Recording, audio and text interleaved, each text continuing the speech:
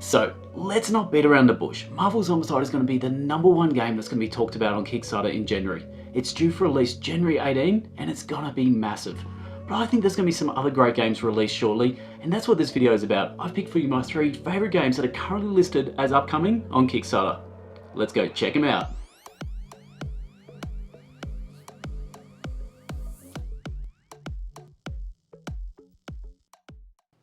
My number 3 is Explorers of the Woodlands. This wonderful player dungeon crawler is by designer Jeffrey Wood.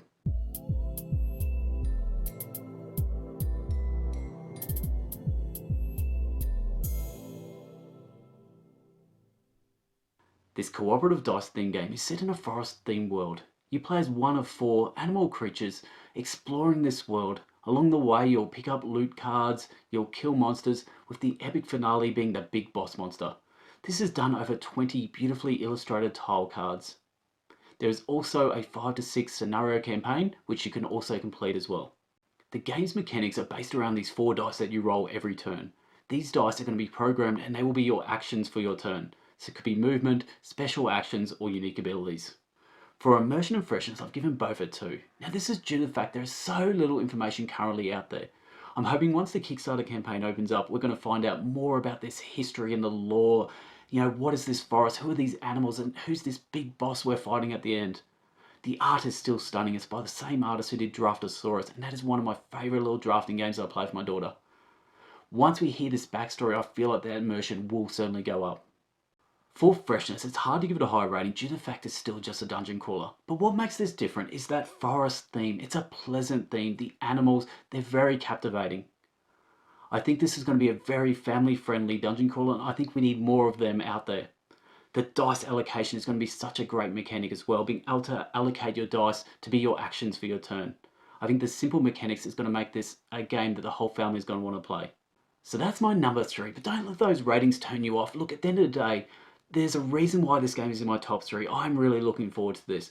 We just don't have enough information yet for me to rate it higher.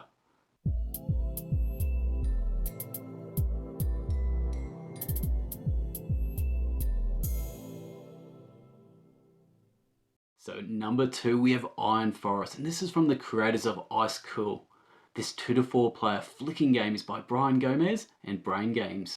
In this game, the wolf, the hedgehog, the owl and the rabbit clans have taken power on this planet called Nemus. They did this by finding these mysterious technologies in the Iron Forest. But the Iron Forest has a secret.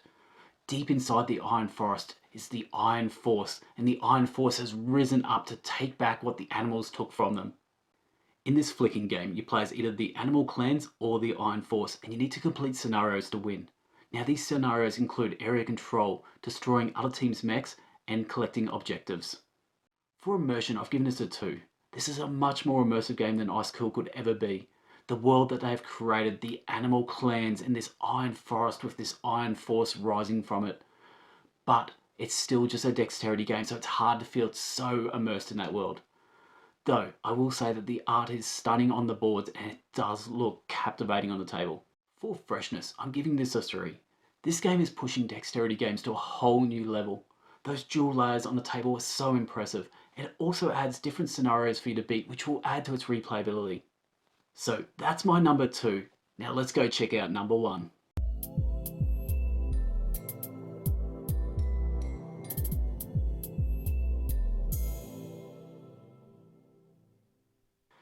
And my number 1 is Jiangnan, Life of Gentry. This wonderful player worker placement bag building game by Taiwanese designer Du Gu Wei. So in this game you are an artisan hiking and sailing through China in the Ming Dynasty.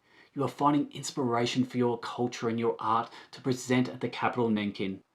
As you become the greatest scholar in Jiangnan, you need to shape and guide the aristocrats to pick your art to be an everlasting classic for dynasties to come.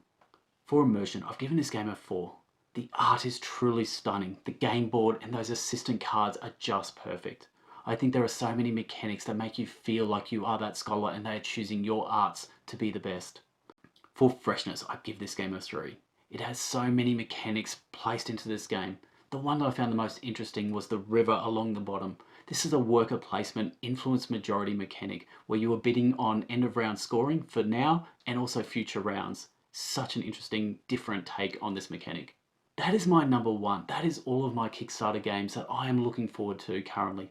Let me know in the comments below what you're interested in.